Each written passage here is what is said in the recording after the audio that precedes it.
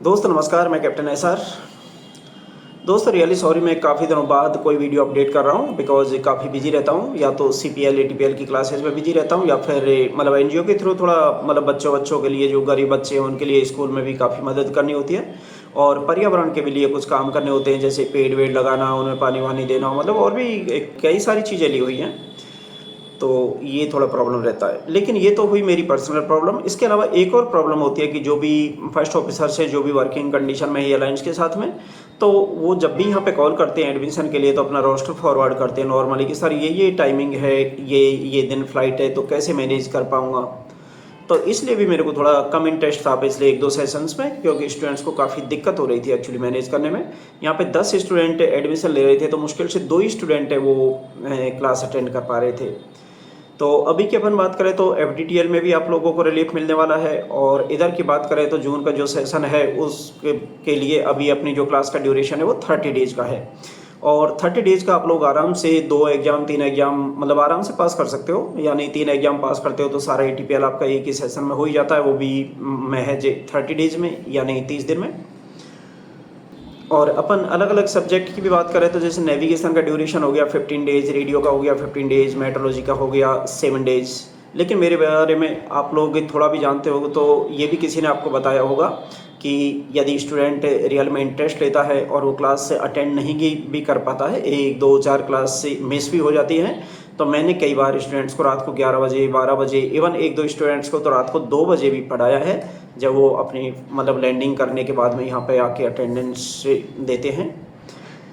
तो मतलब इस तरह की भी बात है। हालांकि मैं ये नहीं कहता कि मैं आपको लेट नाइट तक पढ़ा पाऊँगा, क्योंकि लेकिन फिर भी मैं कोशिश करूँगा कि आपका कोई भी टॉपिक नहीं रहे, और 2 या 3 एग्जाम जिनमें भी आप अपेयर हो रहे हो आराम से 100% आप लोग क्लियर कर सको। और पहले का भी मेरा रिकॉर्ड यही रहा है।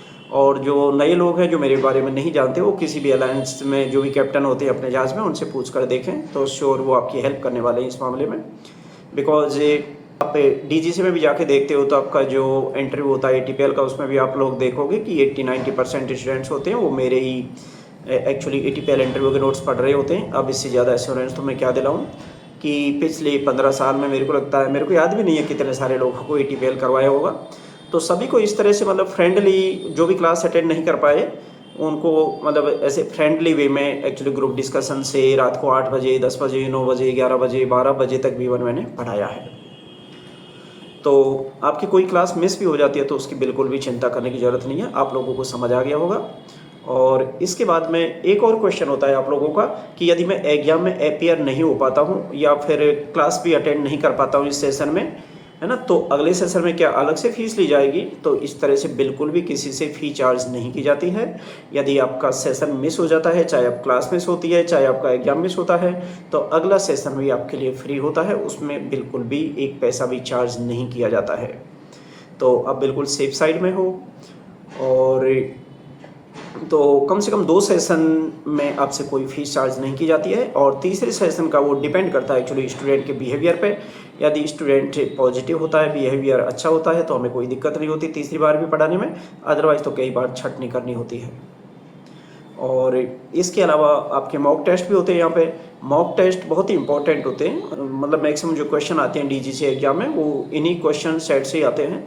लेकिन क्वेश्चन सेट्स तो ऑक्सफोर्ड्स के अपन बात करें, इंडिगो क्वेश्चन सेट्स की बात करें, जाफा, इतने क्वेश्चन बैंक हैं, तो यहाँ पे रटाई रटाई चीज़ें नहीं होती हैं, कोई भी क्वेश्चन इस तरह से रटाए नहीं जाते हैं, कंसेप्ट ही क्लियर करवाए जाते हैं। और कंसेप्ट को आप इस तरह से समझ सकते हो कि हमारे यहाँ के जो सीपीएल के स्टूडेंट होते हैं जिनकी क्लास पूरी हो गई है, मतलब वो भी एटीपीएल को पढ़ा सकते हैं और कई बार पढ़ाते भी हैं।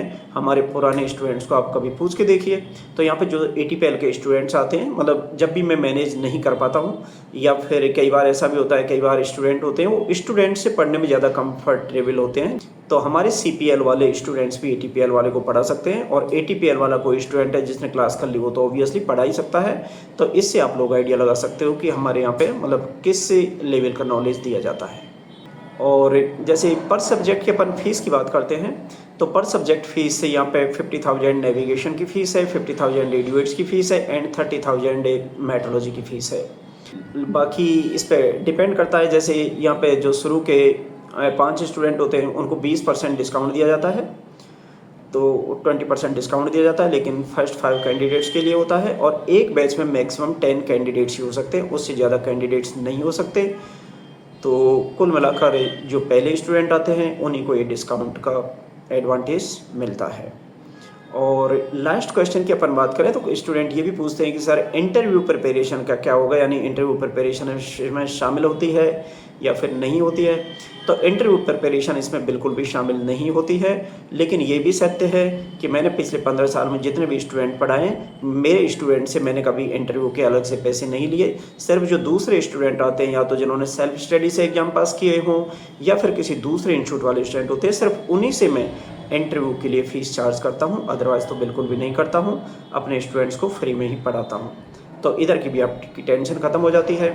और मेरा रिकॉर्ड आप एक और देखोगे कि जिस तरह से रिटन एग्जाम में फ़र्स्ट टाइम में ही पास करवाता हूँ, उसी तरह से इंटरव्यू है उसमें भी आप फर्स्ट ही चांस में पास होने वाले हो, यदि थोड़ा भी वहाँ पे आप रिप्लाई करते हो तो दोस्तों ये हुई कुछ बातें। और इसके अलावा आप लोगों को कुछ भी डाउट्स हैं, कुछ क्वेरीज हैं, तो मैं यहाँ पर नंबर भी दे देता हूँ, तो उस नंबर पे आप कॉल भी कर सकते हैं, मैसेज भी कर सकते हैं। बैच अभी 3-4 दिन में स्टार्ट होने वाला है। आज 14th हो गई है, तो अपने पास में ज़्यादा टाइम नहीं है, यानी 18th 19th तक क्लास स्टार्ट करनी होगी। यदि अपन 28th मतलब इसके आसपास में क्लास स्टार्ट कर देते हैं तो मैं गारंटी देता हूँ कि आप लोगों के जो सभी पेपर हैं, मेट्रोलॉजी की बात करें, नेविगेशन की बात करें, रेडियो की बात करें, 100% पास होने ही होने, इसमें कोई भी डाउट नहीं। और नॉलेज इतना अच्छा होगा कि आपको इंटरव्यू के लिए भी कोई अलग से प्रिपरेशन करने की ज़रूरत नहीं है। यदि मेरे यहाँ पे हो तो बिकॉज मैं सारी प्रिपरेशन रिटन के ही साथ में करवा चुका हूँ, तो बाद में आप लोगों को थोड़ा सा जो PBN टाइप की चीज़ें हैं, मतलब इस तरह की कुछ चीज़ें EDTO टाइप की जो चीज़ें हैं सिर्फ वही बतानी होती हैं, सर्कुलर से कुछ पढ़ाने होते हैं, बाकी सारी जो प्रिपरेशन होती है सब्जेक्ट से रिलेटेड वो पहले से ही हो जाती है। तो मेरे को उम्मीद है कि आपको सारी चीज़ें समझ आ गई होंगी। जो कैंडिडेट भी इंटरेस्टेड है वो कॉल कर सकते हैं, मैसेज कर सकते हैं या ऑफिस में विजिट कर सकते हैं, है ना। इस वीडियो में इतना ही। नमस्कार।